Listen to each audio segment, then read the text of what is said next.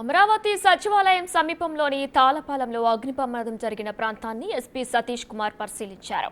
L&T pipe line కి సంబంధించిన వివరాలను ఎస్పీకి వివరించారు సంస్థ ప్రతినిధులు. పైప్ లైన్ తగలబడడంతో కుట్రకోణం ఉందేమో అనే అనుమానాలు వ్యక్తం చేశారు సంస్థ ప్రతినిధులు. పైప్ లైన్ ఏర్పాటు చేసిన ప్రాంతంలో సీసీ కెమెరాలు లేవని తెలిపారు.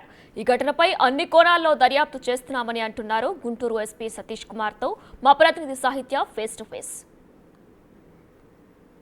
ఏదైతే అగ్ని ప్రమాదం చోటు చేసుకుందో అగ్ని ప్రమాదాన్ని అయితే కనుక విజిట్ చేసి ఇక్కడ ఏదైతే ఎలా జరిగింది ఏంటి అనేది అయితే కనుక ఇన్వెస్టిగేట్ చేయడానికి గుంటూరు ఎస్పీ సతీష్ కుమార్ అయితే ఇక్కడికి రావడం జరిగింది. సరే, ఏంటి ఎలాంటి డీటెయిల్స్ కలెక్ట్ చేశారు, అగ్ని ప్రమాదం ఎందుకు జరిగింది అనే డీటెయిల్స్ ఏమైనా తెలిసారు? ఇంకా తెలియట్లేదు. సో ఇది ఆల్మోస్ట్ సిలికాన్ కండూయిట్స్ అని చెప్పేసి 133 kV ఎలక్ట్రికల్ లైన్స్ని దాని లోపలికి తీసుకోవడానికి అంటే పెట్టి అండర్ గ్రౌండ్లో పెట్టడానికైనా యూజ్ చేస్తున్న పైప్స్ ఇవి. సో ఇది ఆల్మోస్ట్ 4 స్టాక్స్ ఉన్నాయి, దాంట్లో 2 స్టాక్స్ కాలిపోయింది. ఇది ఎల్ఎన్టీ వాళ్ళు ఆల్మోస్ట్ ఒక 7 years ముందు ఇక్కడ పెట్టినది.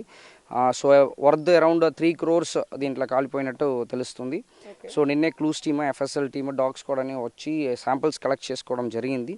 సో ఇది almost melting point around 200 degrees Celsius వరకు వచ్చినప్పుడే ఇది ఫ్లేమబుల్ కండిషన్లో వస్తాయి. కాబట్టి పర్పస్ఫుల్గా దీన్ని ఎవరైనా చేస్తారా ఏంటనేది మేము ఇన్వెస్టిగేట్ చేస్తున్నాము. Maybe after investigation will come to know. అంటే ఏ పర్పస్తో వీళ్ళు ఆ మంటను వెలిగించడం కానీ, అంటే ఆల్మోస్ట్ ఇక్కడ మంటలు చెలరేగే టైంకి కూడా పక్కన ఏది కూడా ఎక్కువ గడ్డి కానీ ఏది లేదు. యాక్చువల్లీ వీటంతటినీ కూడా కావాలని ఎవరు చేసి ఉంటారు, దాన్ని ఎలా తెలియట్లేదు. అదే ఇన్వెస్టిగేట్ చేస్తున్నాం. కావాలంటే చేస్తారా లేకపోతే యాక్సిడెంటల్గా అయ్యేది అనేది ఇన్వెస్టిగేషన్ ఎస్టాబ్లిష్ చేస్తాం. సరే, మొత్తం దాదాపు కూడా ఎన్ని మొత్తం పైప్స్ కాలిపోయినాయి అంటే ఎలాంటి కంపెనీకి సంబంధించిన వాళ్ళు ఏం చెప్తున్నారు? అదే చెప్తున్నాను, 4 స్టాక్స్, దాంట్లో 2 స్టాక్స్ పూర్తిగా కాలిపోయింది. ఇంకా రిమైనింగ్ 2 స్టాక్స్ మాక్సిమం అన్ని కూడా డ్యామేజ్ అయింది. కాబట్టి ఇక్కడ ఉన్నది టోటల్గా యూస్లెస్ అని చెప్తున్నారు. It's worth around 3 crores. Okay, ఎవరైనా అదుపులోకి తీసుకోవడం కానీ, ఎవరైనా ఇన్వెస్టిగేట్ చేయడం కానీ ఏమైనా? లేదు, ఇంకేమీ లేదు. ఇన్వెస్టిగేట్ చేస్తున్నాం. ఎఫ్ఐఆర్ ఎవరి మీద? అంతే, it's like accidental fire. So unknown person, so establish చేయాలి.